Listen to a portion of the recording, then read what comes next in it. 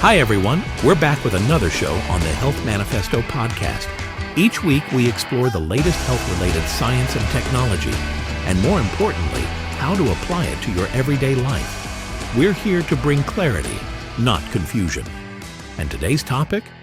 Like always, it'll hit home for almost everyone. Welcome back. This is episode 6 of the Health Manifesto. And today we're stepping into a conversation that's been quietly shaping the way we think about healing, but rarely gets named. It's the idea that if you're not well, it's your fault. That if you just tried harder, thought more positively, followed the plan more precisely, you'd be fine. This is the language of blame, and it's hiding in plain sight. It shows up in wellness culture and clinical settings, in subtle phrases like, "You just need to be more disciplined," or "maybe you're not ready to heal." It's woven into patient intake forms, practitioner protocols, self-help slogans, and motivational content. And it sounds like personal responsibility, but it functions like shame.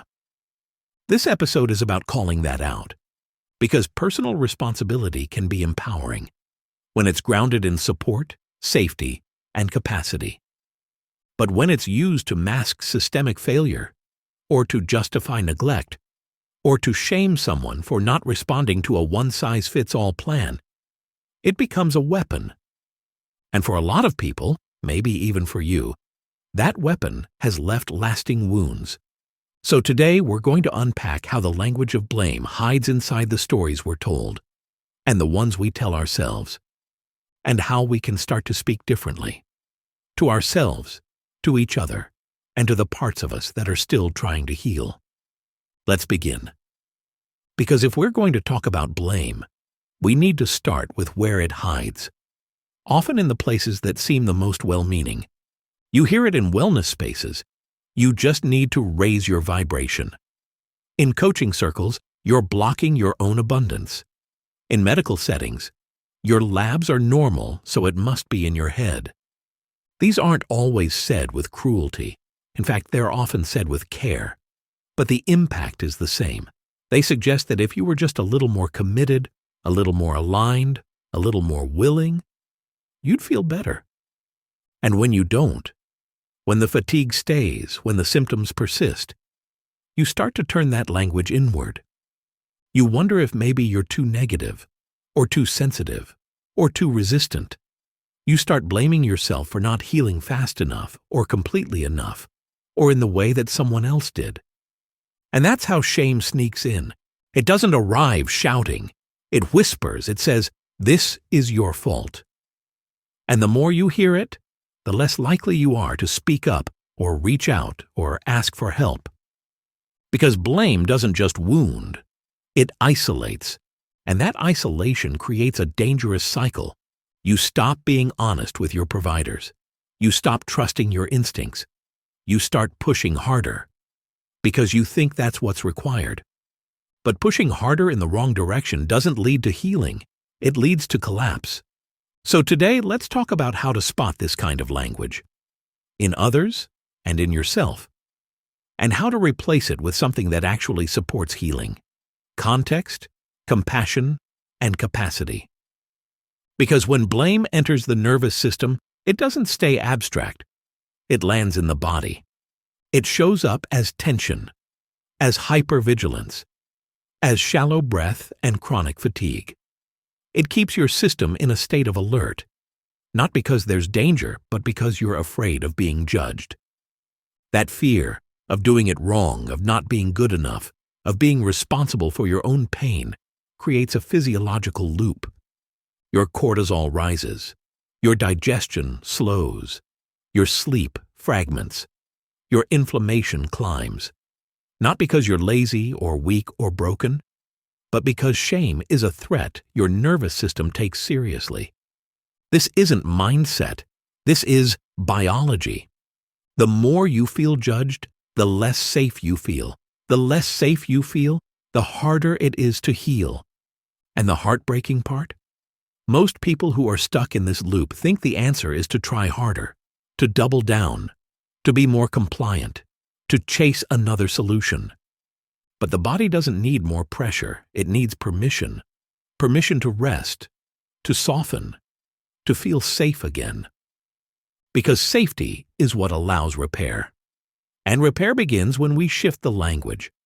From blame to context, from discipline to support, from expectation to understanding. Instead of asking, "Why aren't you better yet?" we ask, "What has your body been navigating?" Instead of saying, "You need to push through," we say, "Where can we build capacity first?" Instead of assuming resistance, we invite collaboration.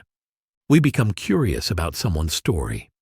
We take into account their history of trauma, of marginalization, of caregiving, of chronic stress. Because healing doesn't happen in isolation. It happens in ecosystem. And if we want healing to be sustainable, we have to speak to the system, not just the symptom. We don't shame a wilted plant. We check the soil, the sunlight, the roots. We ask what's missing, not what's wrong. And that shift in language, that shift in posture, it makes all the difference. So let's take this further. Because this isn't just about how others speak to us. It's about how we speak to ourselves. What's the voice in your head when your body's in pain? What do you tell yourself when you need rest, but feel guilty taking it? Blame isn't always loud. Sometimes it lives in quiet self-judgment. The way you rush through meals, the way you override hunger, the way you feel ashamed for still not feeling better. These internal scripts, even when they seem harmless, shape your physiology. They inform how safe your body feels inside your own care. So we start by rewriting them. Not all at once, but one moment at a time. Instead of saying, "I'm failing," we try, "I'm doing the best I can with what I have." Instead of, "I should be better by now," we try, "Healing takes time. And I'm still in it." That kind of language matters. Because your body listens. And the more compassion it hears, the more capacity it builds. This is where personal responsibility becomes powerful. Not as pressure, but as presence. Not something to prove, something to practice, and that practice changes everything. Because real responsibility doesn't begin with blame. It begins with respect. Respect for what your body has carried. Respect for how long you've held it together. Respect for the fact that survival itself is a kind of brilliance. When you hold that respect, instead of resentment, your relationship with healing begins to shift. You stop treating your body like a project. You stop measuring progress by how fast you improve. You start listening for nuance instead of chasing performance. And from that place, responsibility becomes something much more sacred. It becomes the quiet commitment to stay in relationship. Even when it's slow, even when it's hard, even when there's no clear outcome. Because the goal isn't perfection, it's presence. The kind of presence that says, "I'm still here, even now, especially now." And from that place, things start to change. Because restoring responsibility without shame means we stop pretending health is a performance. It's not something we master to earn praise. It's not a timeline to beat. It's not a linear checklist that makes us worthy. It's a relationship. And like any relationship, it needs room for honesty, for failure, for forgiveness. We begin to speak more gently.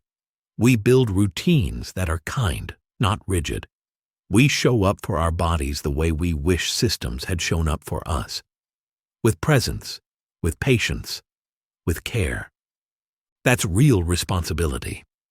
Not the pressure to do it all right, but the courage to keep showing up, even when it's hard, even when it's slow. We'll close from here, because this isn't about abandoning responsibility.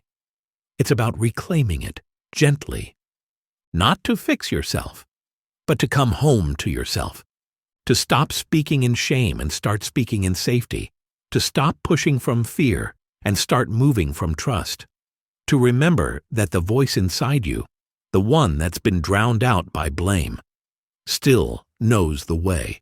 So maybe today, the most responsible thing you can do is soften. Soften your expectations, soften your timeline, soften your language, and see what happens when your body is met with gentleness instead of judgment. That's where healing begins. We'll see you in the next one. Thanks for tuning in to the Health Manifesto. This show is about one thing: helping you understand the systems around you so you can take smarter, simpler steps toward your own well-being.